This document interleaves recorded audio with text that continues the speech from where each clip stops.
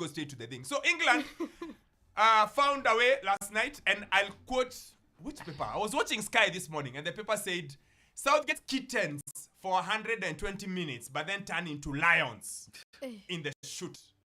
You gotta give it to the British. To the British media. I loved that it was done by Walter. It's called who?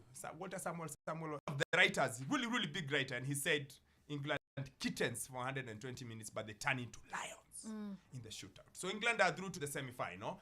Let's start with the England man. I want to hear you first. No, I want to hear you first. My show. I'm running my show. So we start with you. England are through to the semi-finals. You must be delighted because Gareth Southgate now has an incredible record. Yeah. He has been to great lengths. He has won great things. Yeah. Since 2018 to now, he's final, semi-final, and now another semi-final. He heads into the last four. First of all, change information from an England standpoint. It's not a thing of epiphany from Southgate, but it was him trying to counter against a team that we saw that was well drilled against Italy, that in Switzerland. And he plays with the back three, and I thought that in the first half, I saw a different side in England than I've seen before in how comfortable they looked, and they looked structurally okay. The questions that we all had about them being lopsided, they didn't show. And at the same time, they looked like they were putting numbers in front.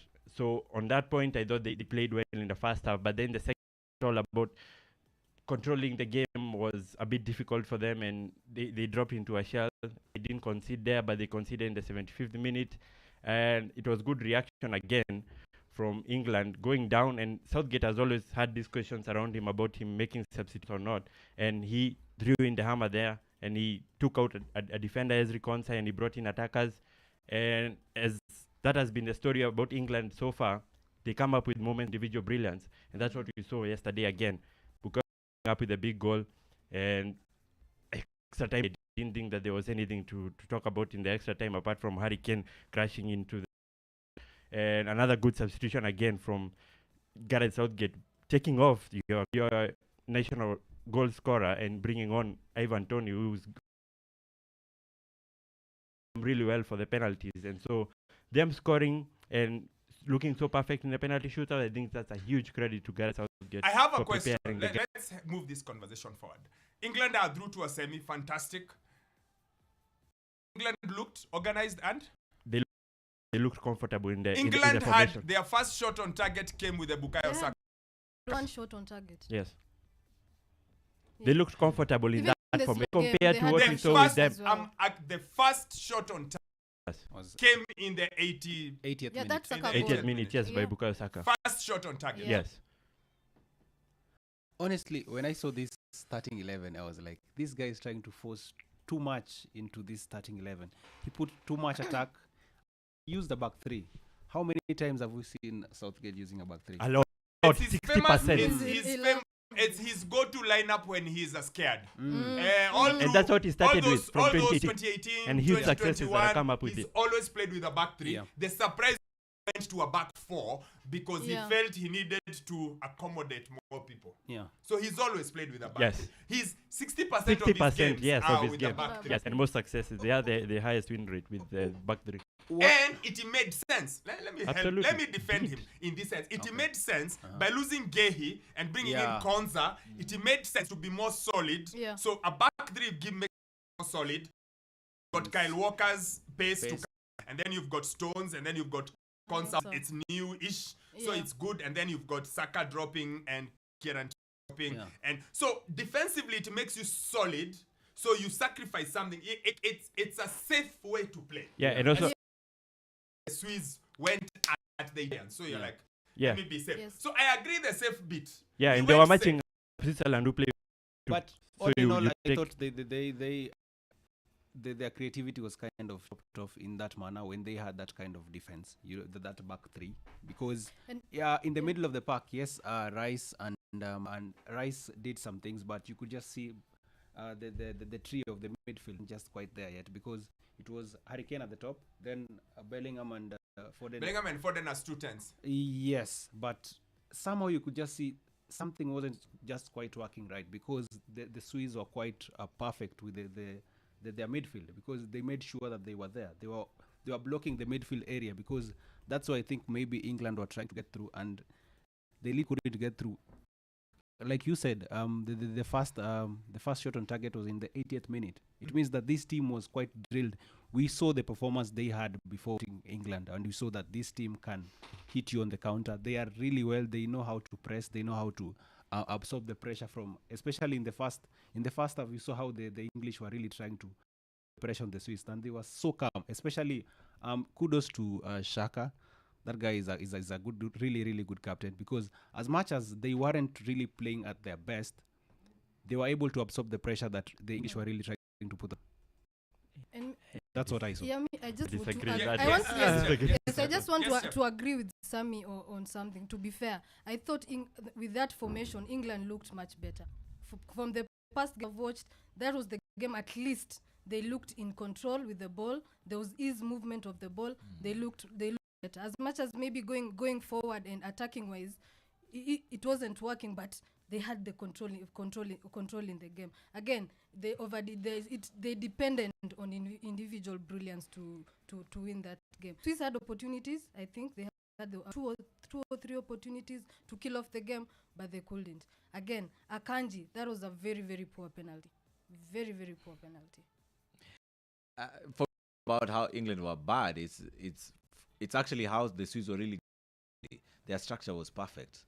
The way they weren't allowing passes in between the lines. They were very compact, so it made England not have any shot on target up until that particular point, and it took individual brilliance. And I think that's England's greatest asset of now, that individual brilliance. I don't think they're gonna score the perfect team goals that we want to see. They're gonna play attack as a perfect attacking unit, but they have a player come up with something out of nothing. We saw what Bellingham did. We saw what Saka did yesterday, and of course they have Kane.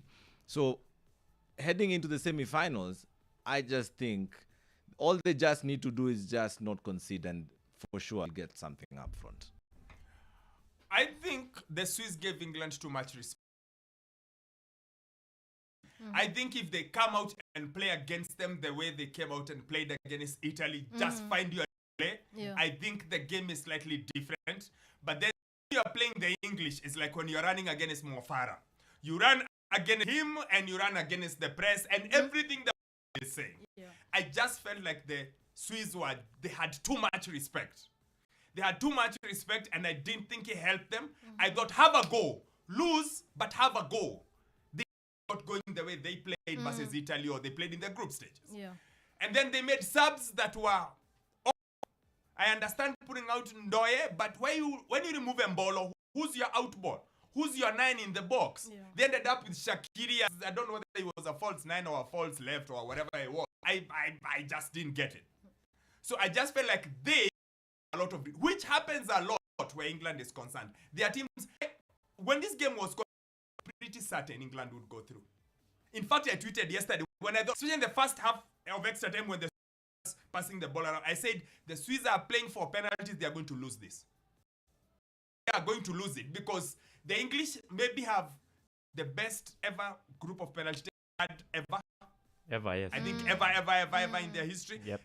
I picked their penalty takers before. Like, who's going to take a penalty? And I was so sure Ivan Toney will take one, Cole Palmer will take one, Trent will take one.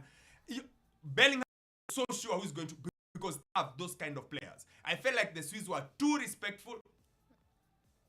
If the Swiss go, just have a go. You will lose if you're going to lose, but I felt like they stood off them a bit. Yeah. Then the subs I didn't understand, especially bringing off Mbolo. I was like, so who's your out ball? Who's your guy in the box? Because they had a few chances, especially even in extra time, second half of extra time. But I give kudos to England, like you said. You can only what's in front of you. You win. Yeah. It's fine. We will sit back and say, you won. That's all that matters. It's just that when you look at England and what they have, vis-a-vis how they play, that I have a question from the start of the Euros. Yeah. I still have it. And I'm going to quote a guy who's a brilliant writer called Ian Ladyman, who said, England have now won 190 90-minute game of football against the mighty Iceland, Serbia, Denmark, Slovenia, Slovakia, and Switzerland. They have won one game in 90 minutes against, once again I read them, Iceland, Serbia, Denmark, Slovenia, Slovakia, and Switzerland. Is, and in a way, exceptional that despite that in the semi, but in a way it also goes back to the question asked over and over again. How come this team can't play football? Obviously the ingredients are there. Why can't it play football? This team doesn't play football. This team is hot. It is. Which is weird because the English, the one thing you never questioned England was that they're entertaining. Whether they are losing, England have always been fun to watch. This team is hard to watch. England versus Switzerland was probably the worst was the worst quarterfinal of all of them. They are just hard to watch. Then when you look at them, best player in England, best player in Germany, best player in La Liga. Can I ask you a question? I just think the one position. I wanted to ask, is this the best England squad that you've seen in your lifetime? Oh, come on, man. No, I'm asking. In terms of just talent, it's close. I didn't watch the 66 one. Yep. Sorry. The 91, I was too young. I just remember David Platt and Gascoigne Gaza and Peter Shilton, Gary Lineker, but I was too young to figure out football. I saw Euro 96. Yep. I saw them. Yep. Euro 96 were fantastic.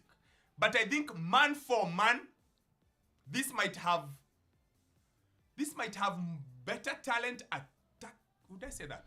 It might have better talent attacking wise, defensively not so. Okay. Defensively they are not as good as the Euro 6, but going forward they have way more talents, and I think mentally they are better. I think mentally they seem to they grind. The English never ground results.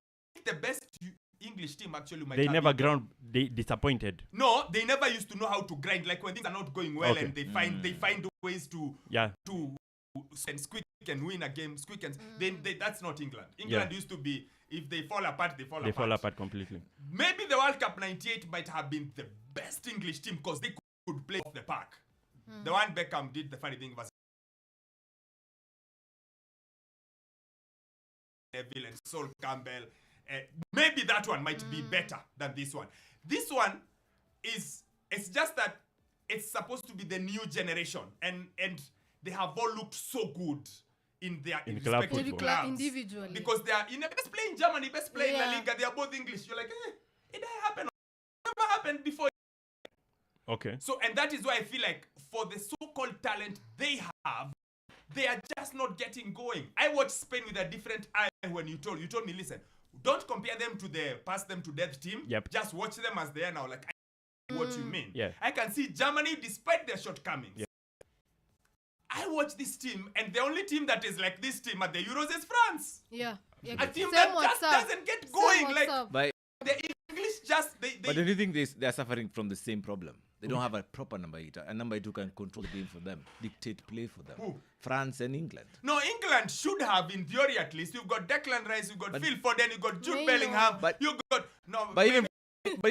Arsenal, the one who dictates. Yeah. So they really don't have that number 8 who can increase the tempo, decrease the tempo. Do they ever have for this English team? That's what I was asking. That's the question I was asking. This English team just sit back and they hustle and hustle. Yeah, because they're lacking. Because they're lacking that. If you look at the previous English sides, they've always had like a proper number 8 in their squad. If it's not just they have Scholes, they have what's his name, Lampard. They always had a midfielder in there. But English side can't control the game. They get the ball and they have to take it to the wings. Because in the middle of the park, it's a bit difficult. Who's been name? Madison. No, but he's had a funny season. Number 8, like a proper number 8. Have brought something in. Again, it's a tournament. He's had enough. Yeah. Him, Grealish, Rashford did not deserve to be in the team. And this year they said we are going with form over pedigree. We are going with form, with how you are. But how you took some of the pluses, I was going to say that, but one of the pluses that Luke Shaw showed up yesterday, and that's a good thing. At least now, next in the semi, they have a left wing back. Yeah. So Trippier can stop doing. Can sit. can stop. Yeah, but all I can harassed. guarantee is going to play the same team again against Netherlands. No, he plays Luke Shaw. I think he plays. Question so that this English bit. Who's their best player? Who's been the best standout player for England? Pickford. What? Not player, to be honest. No, you have to have one. I don't have a standout of how they've played. They've been completely different in all those games. I really don't have individual this team. So you can say Saka, yesterday you say Bellingham or the I other. think on average, but you can't do an average, Sammy. On average of the 5 games they've played, I think Saka's been their best player. Yeah. I think he's been their best player. Their last game, he played 5 positions in one game. Yeah. The Indian idea too. I think just on average, like if I look at output throughout, he could be. I think he is, in my opinion. Yeah. Okay, and there could be an argument for McGahey on his first tournament and the way he's conducted himself. Yeah, but he's suspended for a game. So okay, that's a stupid rule of yellow cards. No, it's not a stupid rule, Sammy. 2 yellow cards and then you get suspended. Rules are rules. They have been there before time. They will be there after time. We cannot decide rules are stupid just because we are the ones who are in trouble. Those rules are like that. When Spain play in the semi, they would have their 2 best defenders. One of it is because of that. In fact, he was already going to miss the game regardless. Yeah. Both of them were already suspended. Rules are rules, Sammy. You cannot sit here and say that, Sammy. You know, Sammy. There you disappoint me. You cannot sit here and say the rule is bad because all of a sudden it hit Mark Gahey. That rule has been there before you were born, of yellow cards, and how you get suspended. It will be there long after we have stopped watching football. So you cannot sit there and say the rule is stupid. No, the rule is the rule. The rule is you get 2 yellow cards, you are suspended. He is suspended. Rudiger would have been suspended. Lenormand is suspended. Carvajal would have been suspended. That's the rule. And if the rule means he's played 1 game less than all the other guys, then it's much harder for us to put him as their best player. Because he's played 1 game less. So argue it out that way, but don't say the rule is stupid. The rule is the rule. Do we have, in agreement? The rule is the rule.